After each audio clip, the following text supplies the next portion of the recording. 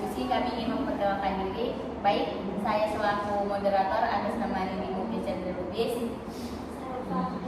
Saya Sarul Bisa. Saya Aisyah. Saya Lenina. Saya Siti Fadila. Saya Alfi Syari. Saya Muhammad Rizal. Baik, di sini kami pertama akan membahas siapa aja yang terlibat di dalam kasus tersebut. Baik, selanjutnya akan dipaparkan oleh rekan saya. Baik, di sini siapa-siapa saja yang terlibat, yaitu pihak penggugat, yaitu atas nama Pak Tukirin, petani di Lamongan, Jawa Timur, yang menjadi korban penjualan biji jagung palsu oleh PT BC Internasional, dan pihak tergugat yaitu PT BC Internasional, produsen benih jagung BC yang dibeli oleh Pak Tukirin dan dituduh menjual benih palsu. Baik, setelah adanya yang terlibat di sini ada juga siapa yang digugat. Baik, selanjutnya akan dipaparkan oleh saya. PT BC menggugat Pak Tukirin dikarenakan PT BC menggugat Pak Tukirin atas dasar sertifikasi liar dan melanggar pasal 14 ayat 1 Undang-Undang Tentang Budidaya Tanaman. Dari gugatan yang diajukan oleh PT BC tersebut, Tukirin diputuskan bersalah telah melanggar pasal 61 ayat 1 huruf B untuk pasal 14 ayat 1 Undang-Undang Nomor 12 tahun 1992 tentang sistem budidaya tanaman. Baik, setelah adanya yang terlibat dan adanya yang digugat, di sini masuk ke kasusnya dan di mana posisi kasus tersebut dan akan dipaparkan oleh rekan saya. Kasus benih jagung hibrida PT BC atau dikenal dengan sebutan BC sempat menjadi kontroversi di Indonesia. Perusahaan tersebut dituduh melakukan pembiakan dan penjualan benih jagung hibrida secara ilegal, sehingga mengakibatkan tuntutan hukum terhadap beberapa individu dan kelompok yang terlibat dalam kegiatan ilegal tersebut. Salah satu kasus penting melibatkan Tukirin, seorang petani dari Nganjuk yang dituduh melakukan pembiakan dan penjualan benih jagung hibrida secara ilegal. Tukirin dinyatakan bersalah dan dijatuhi hukuman denda 200 juta, namun kasus tersebut dikritik karena adanya penyimpangan prosedur, antara lain kurangnya pendampingan hukum bagi Tukirin selama persidangan dan tidak adanya tanda terima pembayaran denda. Kasus tersebut melibatkan sindikat yang memproduksi dan menjual benih jagung hibrida palsu dengan nilai di atas 5 miliar. Sindikat tersebut dibubarkan oleh polisi dan beberapa orang ditangkap serta didakwa melanggar hak kekayaan intelektual dan peraturan pertanian. Kasus ini menyoroti parahnya masalah produksi dan perdagangan benih ilegal di Indonesia. Kasus-kasus ini menunjukkan kompleksitas dan parahnya permasalahan produksi dan perdagangan benih ilegal di Indonesia, yang mempunyai implikasi ekonomi dan hukum yang signifikan. Kasus-kasus tersebut juga menyoroti perlunya penegakan hak kekayaan intelektual dan peraturan pertanian yang efektif untuk melindungi kepentingan perusahaan seperti PT BC dan untuk menjamin kualitas dan keamanan produk pertanian. Baik, itu posisi kasusnya dan di sini kasus tersebut akan dianalisis oleh teman saya.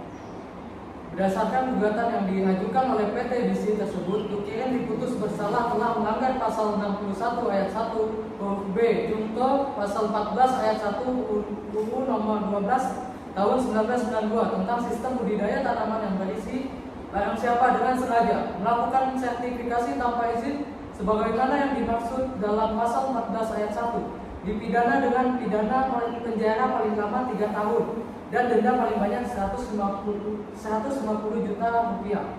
Ada beberapa pasal yang menurut saya di sini tidak konsisten dalam membandingkan perlindungan hukum terhadap hak petani pemulihan tanaman seperti pada pasal 9, pasal 12, dan pasal 14. Dalam pasal-pasal tersebut, aturan yang ada cenderung memberikan keuntungan terhadap perusahaan benih namun merugikan bagi petani pemulihan tanaman, di mana pada ketentuan yang terdapat dalam pasal 9 ayat 3 berbunyi kegiatan pencarian dan pengumpulan plasma nutfah sebagaimana yang dimaksud dalam ayat 2 dapat dilakukan oleh perorangan atau badan hukum berdasarkan izin di mana ketentuan ini mewajibkan perorangan dan badan usaha dalam mencari dan mengumpulkan plasma nutfa harus memperoleh izin terlebih dahulu dari pemerintah.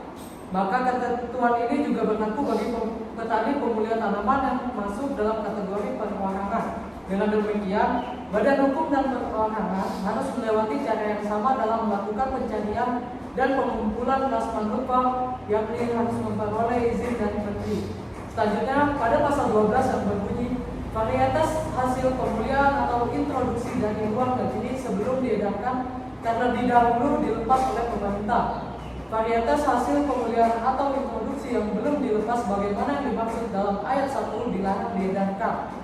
Dan ketentuan mengenai syarat-syarat dan tata cara pelepasan sebagaimana yang dimaksud dalam ayat 1 diatur di lebih lanjut dengan peraturan pemerintah. Yang mana ketentuan di atas juga memberikan aturan yang sama bagi perorangan dan badan usaha yang ingin melakukan pelepasan terhadap hasil pemulihan tanaman. Dengan adanya pemberlakuan aturan yang sama terhadap badan hukum dan perorangan, hal ini tentu menimbulkan ketidakadilan bagi petani pemulihan tanaman di Indonesia yang memiliki kemampuan yang berbeda dengan badan hukum baik dari segi sumber daya, manusia, dan material. Mengingat proses yang harus dilakukan rumit dan membutuhkan biaya yang tidak sedikit, maka dapat disimpulkan bahwa Undang-Undang Nomor 12 Tahun 1992 tentang Sistem Budidaya Tanaman masih belum konsisten dalam memberikan perlindungan hukum bagi hak-hak petani pemulihan tanaman di Indonesia. Mungkin analisis selanjutnya akan ditambahkan oleh Muhammad Mauliza.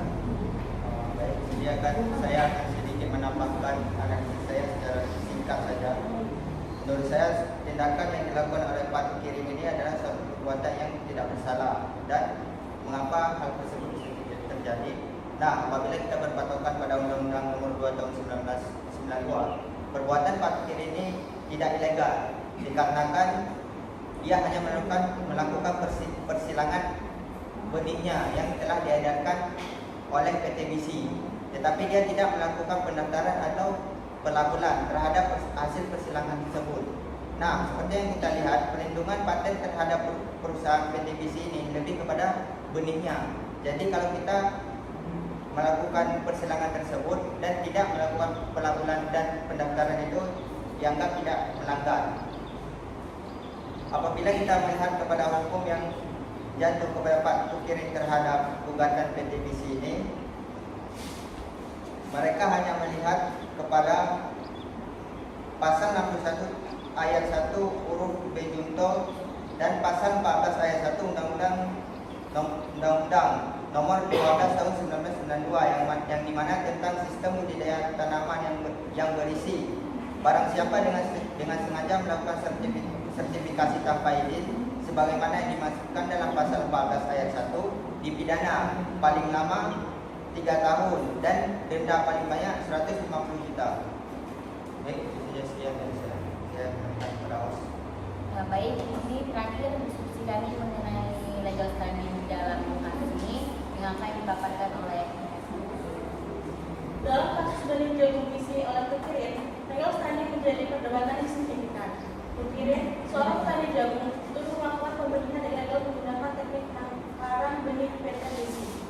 Tukirin tidak menjual benih tersebut kepada orang lain, melainkan hanya membagi pengetahuannya tentang budidaya jagung kepada petani lainnya. Dia hanya melakukan persilangan atas benih yang telah diedar dan tidak pernah melakukan pendaftaran atau pelabelan terhadap hasil persilangan. Dalam konteks ini, legal standing Tukirin dalam mengajukan permohonan pengujian undang-undang menjadi pertanyaan.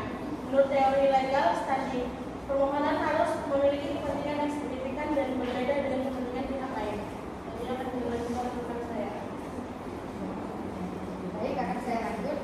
Dalam kasus ini, Tukirin tidak memiliki kepentingan yang signifikan karena tidak menjual benih tersebut dan hanya membagi pengetahuannya tentang budidaya jagung kepada petani lainnya. Bahkan dalam beberapa kasus lainnya, petani juga mengalami kriminalisasi berdasarkan pasal 12 ayat 2 junto pasal 60 ayat 1 huruf B Undang-Undang Sistem Budidaya Tanaman. Petani diwajibkan ikut dalam mengembangkan dan produksi budidaya tanaman, tetapi akses petani pemulihan benih kecil terhadap plasma nutfa sangat sulit karena mahal dan rumit.